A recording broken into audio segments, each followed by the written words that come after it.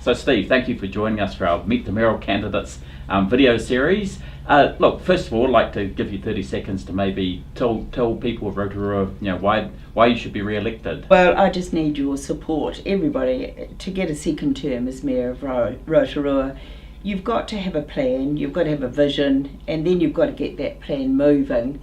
And you don't do it all in 3 years. So we inherited a lot of legacy issues that we needed to tidy up, and we have, like the airport debt, the Eastern Arterial, Taniwha Springs, other things, legacy issues that we've tidied up. But we really want to implement this Vision 2030. And we have actually engaged people power. People said before the election last time, we're so disengaged from what's happening. I want them to continue on the momentum of positive growth and feel that they're part of putting ideas forward that are listened to through the portfolios, and then they eventually find their place in our Vision 2030 plan. So what do you think are your three biggest achievements in this term? The biggest achievement for us clearly was the most controversial, because if you're going to have change, and we needed change, we needed to engage much better with Te Arawa.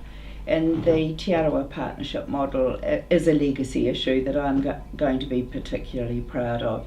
Yes, it stirred the pot, but here is a tribe sitting on enormous assets, and they were not engaged. There was an advisory committee, and now they're at the table. They're participating so constructively, and we're away. And through that partnership, we've sorted out issues that were deeply divisive and bitter. Taniwha Springs and the hand back there, and now the move to ensure that there will be fresh water for the east side or the west side of the lake residents through that supply. What a wonderful thing to have sorted out. And the other is the revitalisation of the heart of the city. People said it's dead, it's going nowhere. It was symbolic of a town going nowhere, a district not moving. We've really re-energised the heart of the city. And what do you think the three key issues of the campaign will be? Oh, definitely more growth, but sustainable growth. Yes. The need for more housing, and I've already announced that we need more subdivisions. They are active and live on the books now, and after the election we'll be really pushing to get those through. We definitely need more housing because growth is definitely ramping up. That's a very big issue. The next biggest issue is water. So our tributaries, not just the lakes, the tributaries, the whole catchment, and we need to continue that program to improve the lake's water. So one of the things which we hear a lot about is there's been some sort of factions within the council. Do you think once we get past the election that will subside? I'm sure they will. Those factions began very clearly with the Te Arawa partnership, and then they continued to be in opposition. So frankly, if we wanted to move a toilet 6 feet, 4 voted against.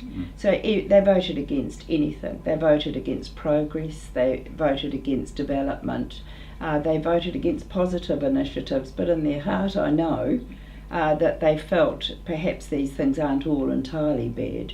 So if you're going to lead, you've got to be bold, you've got to be brave, and you do have to bring the people with you. And so we've got a job of rebuilding reaffirming that Vision 2030. May not be all right. Let's put it to the new councillors and say, do you like these directions that we're going? Do you like the proposition of where we think we should move forward? And then let's get on with the action like we did with Vision 2030. And I see two of the councillors have made this pledge to keep rate increases to 2% and each year and the next term. What's your view on that? Well, I think that was a political stunt myself.